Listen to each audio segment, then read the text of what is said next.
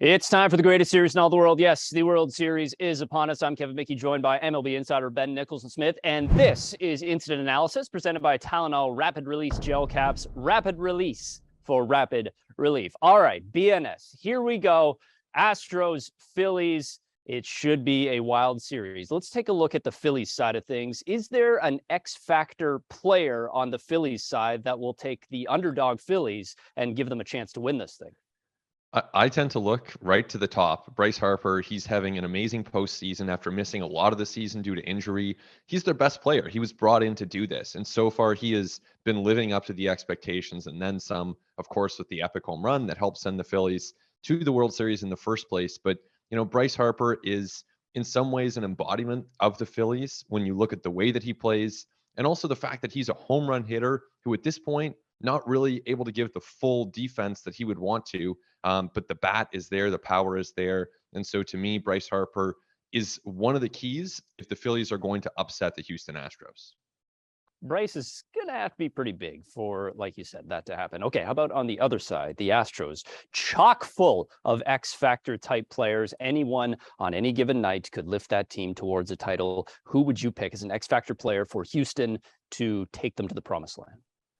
Again, I'll just look to the lefty slugger who's really been driving the offense of this team all season long, and it's Yordan Alvarez in the case of the Astros. He is just such a good hitter. And I think that, when you look at his production, it really does compare with the Aaron Judges and Mike Trouts, not necessarily with the home runs or with the experience that those guys have, but on a per at-bat basis. Yordan Alvarez is just incredibly dangerous. And the Phillies have some good pitching, especially in a short series where they can really use Wheeler and Nola a lot more than they would in the regular season, rely heavily on their best relievers. But Alvarez crushes lefties. He obviously hits righties.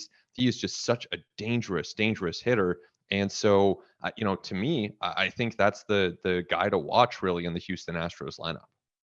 And he's already been making some noise this postseason. He crushes, like you said. Speaking of the Astros, let's stick with that line of thinking. So, there's an asterisk around the Houston Astros and their previous World Series championship. Should they win the 2022 World Series, is that vindication for this Houston Astros group? It's a great question.